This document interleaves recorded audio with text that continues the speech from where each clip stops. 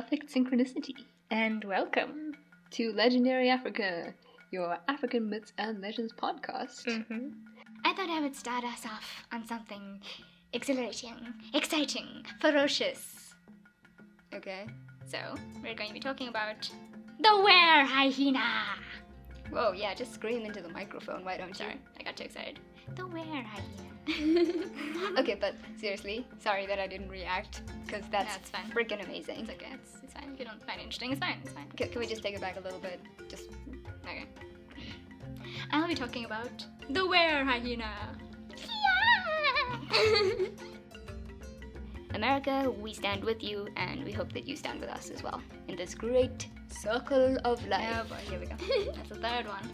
As we step blinking into the sunlight or something. And there's more to do than can ever be done, and more to see than can ever be seen. Nice. The circle of life. No, please, this is not a singing podcast. Tina Turner, bitch.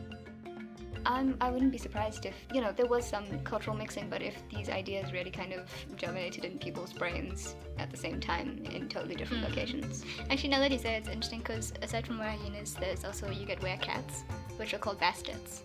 Right. After Bast, the cat goddess in Egyptian mythology. And then in Asian, in like China and other places, in the Asian world, you get other types of were-cats. Right. So, like, it's kind of everywhere. You get were-jaguars, you get were-panthers. Like, yeah, it exists everywhere, I think. Yeah. I wonder what New Zealand gets. Were-kiwis. Now, beneath the deep greenish-blue waters, a river spirit lurks. Okay. This spirit's name is Nyami Nyami. Nyami Nyami! Sorry. I have a duck story. What now? I think they're ducks. Yep, they're ducks. Okay. So, a woman actually hatched ducklings from eggs that she found in a supermarket. Oh, what? The Lingala language, which is the language primarily spoken in the DRC, contains over 200 dialects. And that's within one language. 200? Yep. In this one place? For this one language. Cool. Loco are magical creatures possessing little bells, which they use to lure intruders upon their realm. Okay. I was gonna be like, oh, that's so cute, and then I was like, okay, never mind. Yeah, they're magic bells. They're death bells. Cool. The other, what's it called? One that lures you in with the light. Pinky punks? Yeah. Is that a real thing, or is that just a Harry Potter thing? But that's real now, so... I know Harry Potter is in your head, Harry. But why should that mean that it is not real?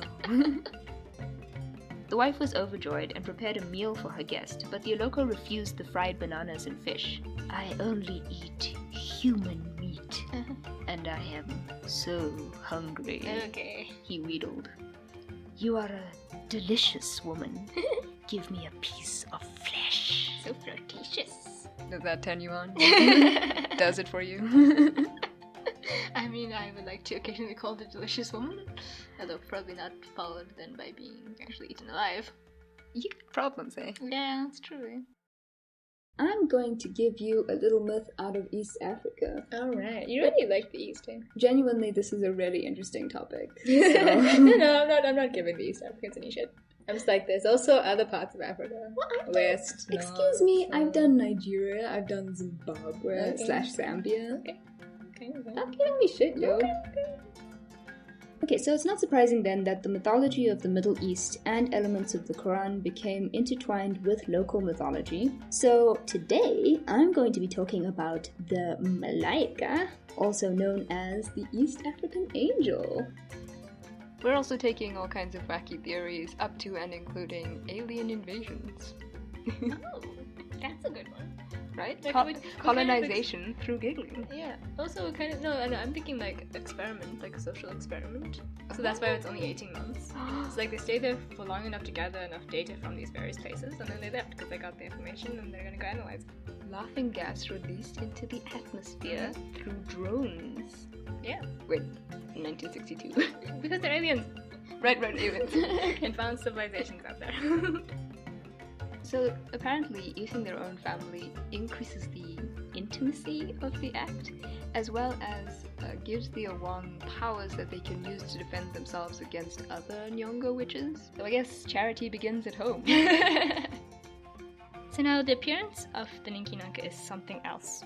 It has the body of a crocodile, the neck of a giraffe, Say what? the head of a horse, What and now? 3 horns atop it. What the fuck? Okay. I mean, I think it's kind of smart because, crocodiles are hardy, and then also it has a long neck of a giraffe so it can see its prey. You can see more than its prey, dude. I'm not entirely sure why it needs a horse's head. I suppose for Extra jaw power? Yeah, sure. And then the 3 horns are just sort of, I don't know, decorative phallic symbols. Oh my god, I know what this is. It's Nessie! Luring elephants down to it. It wrapped its massive body around them as soon as they stepped into the darkness of the cave and crushed the elephants until their bones crumbled before devouring them greedily. His face is elongated and twisted, his eyes yellow and feral, his jaws massive and filled with rows of sharp fangs dripping saliva. His black nose sniffs you. You run. And so the Gatewatch sort of is this troll hunting adventure. These troll hunters travel to Gatewatch, which is a small town in the mountains, and they defend the borders of Naros, which is the realm they live in, against trolls. And so the Gatewatch sort of recounts their adventures as they sort of get lost and go on this, I would almost call it a misadventure. The big question in the early 17th century was not should you eat people for medicine, but what sort of person should you eat? They argued that no, this was the sort of body you wanted. You wanted a young man, red-haired, about 24 years of age, dead of a violent death, and preferably killed by suffocation or by hanging or drowning, but not by wounding, not by bleeding. If you could pick a folklore or myth to sort of eat in. I guess probably one of my favourite folklore creatures or legendary creatures is probably the Loch Ness Monster. It's a very famous creature, of course, but I love the story, and it was one of the things that got me into folklore when I was younger as well. I said, we could do a Viking anthology, and one of the editors said, you know what, I read this anthology recently by this amazing writer named Muhammad Ahmed, and he is he's an incredible writer, a good friend of mine now because I've worked with him closely on this project for the past several months, and he's curated the anthology A Mosque Among the Stars. And that's a collection of Islamic fiction that is sci-fi as well. So it's sci-fi Islamic fiction. It's such a cool blend of themes. And when I approached him at first, he hadn't written a lot of historical fiction, and I was kind of wondering, he's gonna be like, who's this weird guy who writes about Viking things that wants me to work with him? But yeah, I approached him and I said, your anthology was great. Would you be interested in working on this project? It's a little bit out in left field. And it was so funny. He's like, oh, Vikings. Yeah, everybody loves Vikings. I'll totally do that. That'd be great. So yeah. We connected really well, and it's been really cool. Actually, now that you mentioned the title, where did that specific story come from? Like, why that plot? It's quite an interesting plot. I absolutely, it's so weird that I love telling the story. So the title came before the story. I went to a friend of mine's house. She's Kenyan, and her mother is also Kenyan. Her stepdad is British, is English. And I went there, and being a very polite young lady, I greeted everyone, sat down in the corner, and the dad is very laid back, very outspoken, flamboyant, and he told me, have you ever seen giraffe's eggs? And it took me, no words of a lie, a good 10 seconds before realizing he was joking. He was just messing about. And my friend, realizing that I was struggling, she was like, he's joking, it's fine. Like, you don't need to make up a story. And I was like, that is brilliant. If I ever write a book, that will be the title of my book, Giraffe's Eggs. Truth be told, as soon as he had seen Jackal in the pass, Lion was determined to grab him by the tail and swing him this way and that. But now, Jackal glanced fearfully above him at the overhanging rock and screamed. Please, Lion, we shall both surely be crushed as these rocks are about to fall on us. You must do something, my king. Only you have the strength. And also stay safe, Stay sexy, and stay legendary, and don't do drugs. and listen to that fucking bird. Our own dinosaur, invisible T-Rex.